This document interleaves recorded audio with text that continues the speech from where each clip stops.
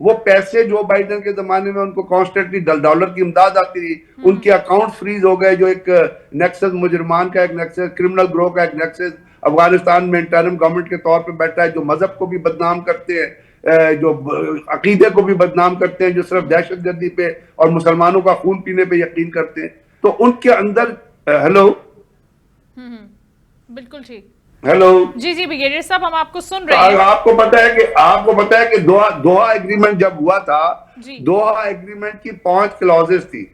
پرسوں بھی پاکستان کے اندر, کل رات کو بھی دہشت گردی کی بہت بڑی واردات ہوئی ہے بنوں میں, اور اس سے پہلے جو بڑی بڑی وارداتیں جس میں 1-2 نہیں 40, 50, 30, 100 لوگ جو ہیں وہ شہید ہوئے. یہ چھوٹی سی بات نہیں ہے. اگر امریکنز کچھ کرنا چاہتے ہیں تو ان کو یہ چاہیے, اس کو یہ چاہیے تھا کہ ہم نے دوحہ ایگریمنٹ میں یہ ایگری کیا تھا, اس کی 5 کلازز کے اندر یہ لکھا ہوا تھا کہ اگر افغانستان سے قریبی ممالک میں, ہمسایہ ممالک میں دہشت گردی جاری رہی اور افغانستان کی زمین استعمال ہوتی رہی, تو امریکہ will use its leverage, American and Western government will use its leverage to influence, to press Afghan government کہ وہ اس دہشت گردی کو روکے. تو آج تک امریکہ نے اپنا لیوریج استعمال کیا. پھر انہوں نے یہ کہا تھا کہ اگر یہ دہشت گردی ہوتی رہی تو امریکہ اوور دی ہورائزن آپریشن بھی کر سکتا ہے, جس کا مطلب یہ ہے کہ بائی ایئر ان گروپس کو ٹارگٹ کر سکتا ہے جو افغانستان کے اندر فتنہ الخوارج اور باقی طور پہ موجود ہے, ان کو تباہ و برباد کر سکتا ہے. تو آج تک امریکہ نے یہ کیا. اگر وہ یہ پریکٹیکل سٹیپس کرتا ہے تو پھر تو ہماری ریکگنیشن ہے. باقی یہ لفظوں کی ہیر پھیر اور لفظوں کی گیم جو ہے, یہ تو امریکہ دنیا کو دھوکہ دینے کے لیے بڑے عرصے سے چلاتا رہا ہے. یہ تو کوئی, مجھے تو اس میں کوئی نئی ڈیولپمنٹ نظر نہیں آ رہی. ہم اس کو ڈیولپمنٹ کے طور پر لیں, ایک بہت بڑا احسان کے طور پہ لیں, تو وہ تو ہماری نیرونیس پہ یا ہماری سوچ پہ منحصر ہے نا. اصل میں تو ہونا یہ ہے کہ امریکہ پریکٹیکلی کیا ان دہشت گردوں کو روکنے میں پاکستان کی مدد کر رہا ہے جو دہشت گردی پھیلاتے ہوئے فتنہ الخوارج اور کنڑ میں, نورستان میں, کابل میں, یہ جو نیکسس ہے کرمنلز کا, جو اپنے آپ کو انٹرم گورنمنٹ کہتا ہے افغانستان کے اندر, جو نہ تو مسلمان ہے, جو نہ ایک انسانیت پہ بلیو کرتے, یہ جانور لوگ ہیں جو دہشت گردوں کو سپورٹ کر رہے ہیں اور اوپنلی کہتے ہیں کہ ہم دہشت گردوں کو سپورٹ. یہ وہ بھکاری ہیں جو جا کے انڈیا اور مساعد کے جو ہے گود میں پلتے ہیں. یہ بھیک لے کے چلتے ہیں, جب تک ان کو بھیک نہیں ملتی ہے سیٹسفائیڈ نہیں ہوتے. یہ بھیک ایڈ کے طور پر لیتے ہیں, یہ بھیک کو اپنے بلیف کو بیچ کے بھیک لیتے ہیں. اگر تو امریکہ ان کے خلاف کوئی آپریشن کرتا ہے اور ان کو مجبور کرتا ہے کہ وہ, تو پھر میں سمجھوں گا کہ واقعی امریکہ نے پاکستان کی جو کاوشیں ہیں ان کو ریکگنائز کیا ہے. میں اس لفظیت پہ بلیو نہیں کرتا, اس کو نہیں مانتے, اور یہ متاثر کن بھی نہیں ہے. بالکل ٹھیک ہے بریگیڈیئر صاحب, آپ فرما رہے ہیں. اس کے ساتھ ساتھ ایک رپورٹ میرے سامنے ہے جس میں 2024 کے حوالے سے کہا گیا ہے کہ پاکستان میں دہشت گردی میں 45% اضافے میں سب سے زیادہ جو ایک تنظیم خطرناک رہی ہے, جس کا کردار رہا ہے, وہ ٹی ٹی پی ہے. اس کے ساتھ ساتھ ہم فتنہ الخوارج کی بات بھی کرتے ہیں. ہم یہ جانتے ہیں کہ افغانستان میں محفوظ پناہ گاہیں ہیں دہشت گردوں کی, لیکن آپ نے کہا ہے کہ جب تک امریکہ عملی طور پر اقدام نہیں کرے گا تب تک پاکستان اس کو اس حوالے سے اپریشیٹ نہیں کر سکتا. تو آپ سمجھتے ہیں کہ پاکستان کو امریکہ کے ساتھ مل کر بات کرنی چاہیے, اس موضوع پر بیٹھنا چاہیے, کیونکہ سب سے زیادہ متاثر ہونے والے صوبے ہمارے کے پی اور بلوچستان ہیں, جہاں پر پے در پہ حملے ہو رہے ہیں, اور ان حملوں کا ادراک ظاہر ہے کہ وہ کیوں کریں گے, ہمیں اس چیز کو اٹھانا ہے. بالکل, میں آپ سے یہی تو عرض کر رہا ہوں, یہی تو میری گزارش ہے آپ سے, اور یہی گزارش ہے پاکستان کے ان لیڈران سے جن کو یہ سوچ اور ادراک ہی نہیں ہے کہ پاکستان دہشت گردی سے کس طرح تباہ ہو رہا ہے. دیکھیے, آپ تاریخ میں جائیے گا تو تاریخ میں آپ کو یہ نظر آئے گا کہ پاکستان نے بارہا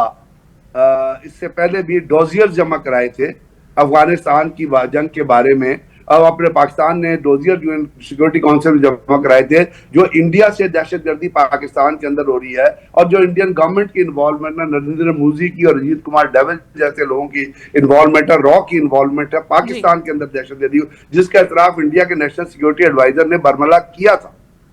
لیکن آپ نے ڈوزیئر جمع کرا کے اس کے بعد کیا کیا؟ اس کے بعد گھر آ کے سو گئے, پاکستان میں آ کے سو گئے, اور اسی چیز کا چرچا کرتے رہے کہ ہم ڈوزیئر دے آئے ہیں, ڈوزیئر دے آئے ہیں, کہ ہم نے بہت بڑا مارکا سر کر لیا. ہمارے جو پرائم منسٹر ہے وہ جو چیختے رہے جا کے, مطلب یہاں آ کے, لیکن ان ڈوزیئرز کا کوئی اثر ہوا تو اس کے اوپر کوئی کاروائی ہوئی؟ تو میرا کہنے کا مقصد یہ ہے کہ پاکستان کے عوام کے انٹرسٹ کے لیے, اس ملک کی سیکیورٹی کے لیے, اس ملک کے مستقبل کے لیے، اس ملک کے بچوں کے مستقبل کے لیے، اس ملک کے اداروں کے مستقبل کے لیے صرف اس شکریہ ادا کر دینا کافی نہیں ہے. امریکہ کو انگیج کون کرے گا؟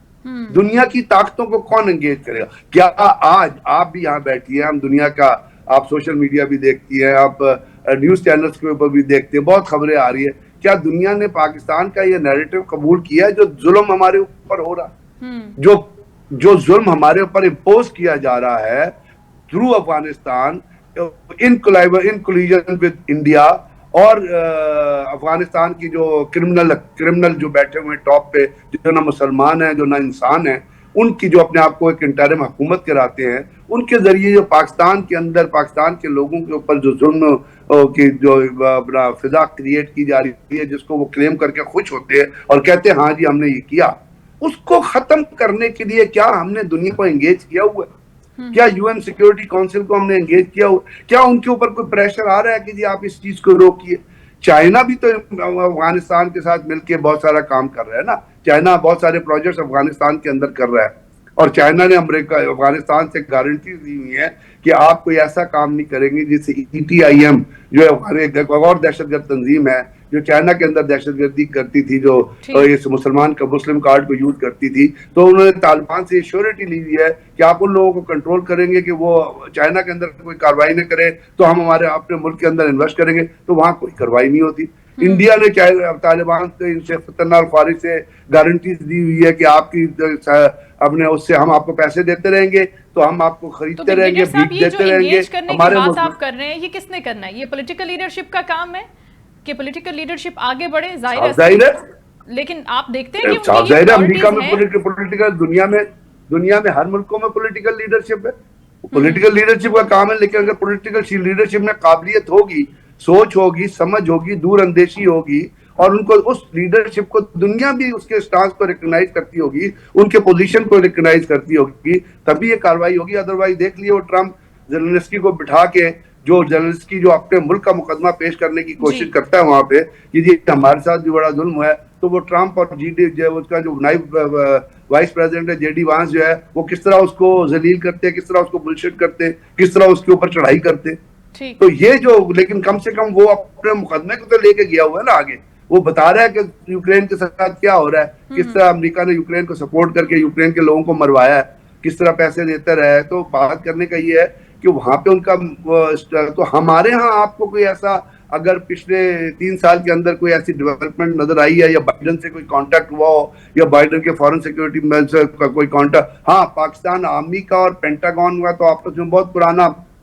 تعلق ہے، ہمارے آفیسرز وہاں ٹریننگ پہ جاتے ہیں، ان کے آفیسرز یہاں پہ آتے ہیں، لیکن وہ تو آرمی لیول پہ یا پینٹاگون اور ملٹری لیڈرشپ کے درمیان کانٹیکٹ ہے. پولیٹیکل مسائل کو تو انہوں نے حل نہیں کرنا. جو پولیٹیکل مسائل ہیں جس کے ذریعے اپنے افغانستان کی حکومت کو فورس کرنا ہے، جو دوہا ایگریمنٹ کے اندر انہوں نے کمٹ کیا ہے، وہ تو پولیٹیکل کا کام ہے کہ وہ اس مسئلے کو پریورٹائز کرے. بہت شکریہ. بریگیڈیئر ریٹائرڈ غضنفر صاحب ہمارے ساتھ موجود تھے، گفتگو فرما رہے تھے سہم مسئلے کے اوپر، اور ابھی بات کرنے کے لیے ہمیں جوائن کیا ہے علی بخاری صاحب نے، پاکستان تحریک انصاف کے رہنما ہیں، ان کو ہم ویلکم کرتے ہیں. السلام علیکم سر. بہت شکریہ جی. وعلیکم السلام. سر، یہ ایک بہت ہی اہم مسئلہ ہے اور اس مسئلے پر کم و بیش ہر کوئی بات اس وقت کر رہا ہے، لیکن آپ دیکھتے ہیں کہ حکومتوں کا جو انٹرسٹ ہے وہ اس لیول پر نہیں ہے. جس طرح ابھی بریگیڈیئر صاحب بھی بات کر رہے تھے کہ دنیا بھر میں پولیٹیکل لیڈرشپ انگیج کرتی ہے، دوسرے ملکوں کو اپنے ملک کی امن و امان کی سچویشن کو بہتر بنانے کے لیے کام کیا جاتا ہے، لیکن یہاں بالکل اپوزٹ چیز ہم دیکھ رہے ہیں کہ وزیر دفاع خواجہ آصف صاحب یہ فرما رہے ہیں کہ سابق DG ISI فیض حمید صاحب تو گرفتار ہیں، لیکن سابق army chief general Qamar Javed Bajwa سے بھی پوچھا جائے کہ انہوں نے دہشت گردی کو پاکستان میں کیوں بسایا، وہ ذمہ دار ہیں اس دہشت گردی کے. اب یہ جو دشنام ترازی کا ایک سلسلہ ہے، الزام تراشی کا جو سلسلہ ہے، اس سے ہم کب نکلیں گے، کب آگے بڑھیں گے؟ ہم کہیں گے کہ خان صاحب لے کر آئے تھے، قمر جاوید باجوہ صاحب لے کر آئے تھے، لیکن اس کو ایلیمنیٹ کرنے میں، اس کو نکالنے میں کردار ادا کرنے کے لیے تیار نہیں ہے سر ہم. دیکھیں، بڑی سمپل سی بات ہے جی، کہتے ہیں right man for right job.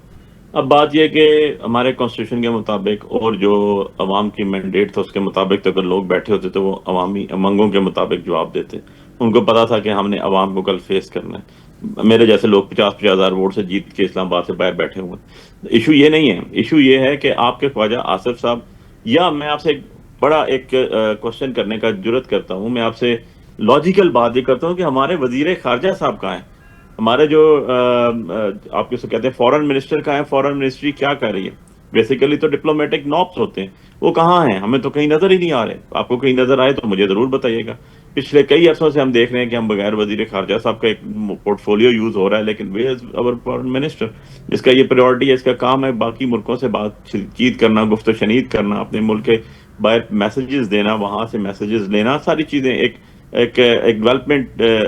پیدا کرنا, ایک دونوں کئی ممالک کے درمیان جو ہے وہ ایسی خوشگوار ماحول پیدا کرنا, یہ سارے کا سارا ڈپلومیٹک نارمز میں آتا ہے. سو ایشو یہ ہے کہ میں تو جو آپ نے بات کی اس کے اندر میں تو حیران اس چیز پہ ہوں کہ وزیر دفاع صاحب تو خیر امیچور سے ان کے بیان اتنے بزرگ ہیں وہ, لیکن ان کے بیانات آپ دیکھیں تو ان کے اوپر تو میں کہتا ہوں بات کرنا بھی مناسب نہیں ہے. ریزن بینگ کہ یار آپ یہ تو دیکھو کہ آپ کے 80,000 سے زیادہ لوگ شہید ہو چکے, بہت زیادہ فوج نے بھی قربانیاں دی, ہمارے بچے ہمارے بھائی لوگ ہیں جنہوں نے قربانیاں دی, بہت زیادہ ہمارے سیولینز ہیں جن کو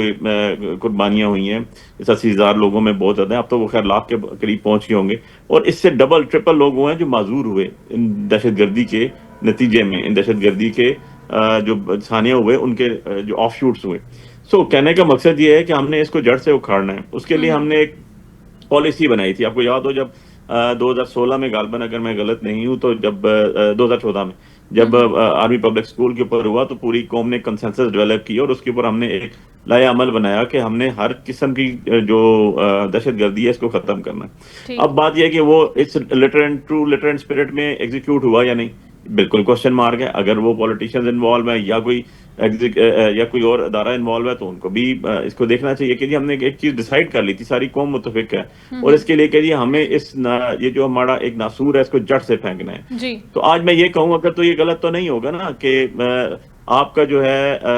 افغانستان میں کتنے بلاسٹ ہوتے ہیں, ہمارا ہمسایہ ملک ہے انڈیا میں وہاں پر کتنے بلاسٹ ہو رہے ہیں, ہمارا ہمسایہ ملک ہے ایران وہاں پر کتنے بلاسٹ اور دہشت گردی ہو رہے ہیں, ہمارا ہمسایہ ملک ہے چائنا وہاں پر کتنے بلاسٹ اور دہشت گردی ہو رہی ہے. میننگ بھائی کہ ہر ملک نے اپنی پریورٹی یہ رکھی ہوئی ہے کہ اپنے ملک کو سیف اینڈ ساؤنڈ رکھا جائے, اپنی آبادی کو بچایا جائے. آپ کی پروگریس ہی تب ہو سکتی ہے ڈیئر جب آپ کے ملک میں امن آئے گا, جب لوگوں کو ان کے فنڈامنٹل رائٹس ملیں گے, جب لوگوں کو یہ پتا ہوگا کہ ہمارے جان مال عزت محفوظ ہے, پھر تو انویسٹمنٹس بھی آتی ہیں, ملک بھی آگے بڑھتا ہے, چیزیں بھی آگے پازیٹیو سائڈ پہ چلتی ہیں. اگر یہ چیزیں نہ ہوں تو obviously پھر کوئی بندہ بھی, میں آپ یا کوئی اور بندہ بھی ہو, جب اس کو جان مال, اپنی اولاد, اپنا گھر بار, اپنی عزت, ناموس, چار دیواری, پردہ, ہر چیز کی, اپنے ویلتھ کی, اپنے بزنس کی اگر سیکورٹیز نہیں ہوں گی تو کبھی بھی. تو خالد صاحب آپ یہ سمجھتے ہیں کہ جب ایک حالیہ وقت میں ہم نے دیکھا کہ 1 سے 1.5 سال بلکہ 2 سال اس بات کو غالباً ہو گئے ہیں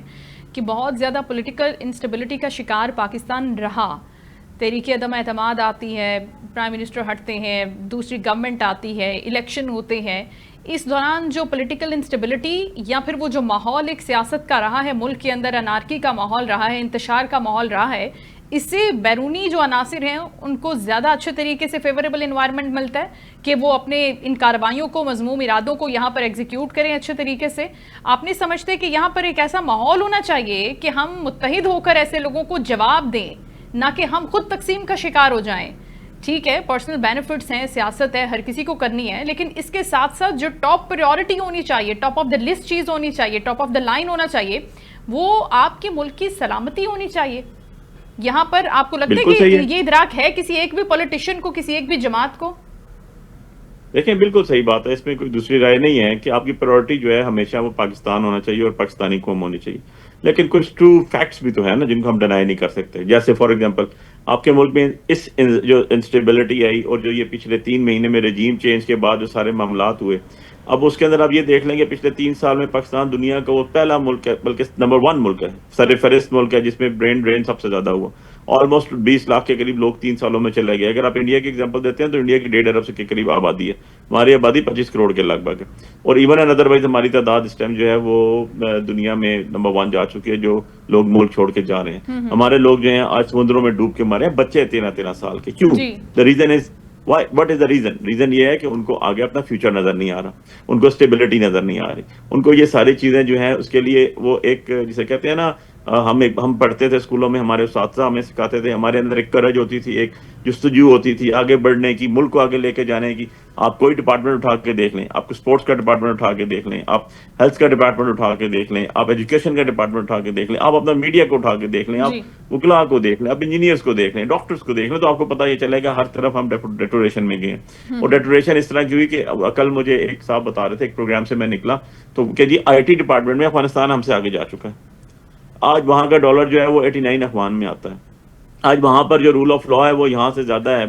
someone was telling me کہ جی وہاں پر جب ٹرک آپ کا روڈ پہ چڑھتا ہے, آپ کا ترکم بارڈر کراس کرتا ہے پاکستان سے, کوئی اگر سامان جاتا ہے تو وہ جو سامان یہاں سے ہمارا ایک ٹرک لے کے جا رہا ہے وہ وہاں پر 2 ٹرکوں میں ڈیوائڈ کرتے ہیں کہ ہماری روڈز خراب ہوتی ہیں, اور یہ ہمارا لا ہے کہ اتنا وزن سے زیادہ نہیں لے کے جا سکیں گے. تو بیسیکلی جو کانسیپٹ ہے نا ڈیئر, وہ یہ ہے کہ آپ کا رول آف لا جب تک نہیں ہوگا, قانون سب کے لیے برابر نہیں ہوگا, امیر کے لیے اور غریب والا کانسیپٹ ختم نہیں ہوگا, جب طاقتور اور کمزور والا کانسیپٹ ختم نہیں ہوگا, تب تک آپ کبھی آگے نہیں جا سکتے. آپ کے اسکول سسٹم 2 حصوں میں ڈیوائڈ ہے, ایک سرکاری اسکول ہے, علی بخاری صاحب گفتگو کو ہم آگے بھی بڑھائیں گے, لیکن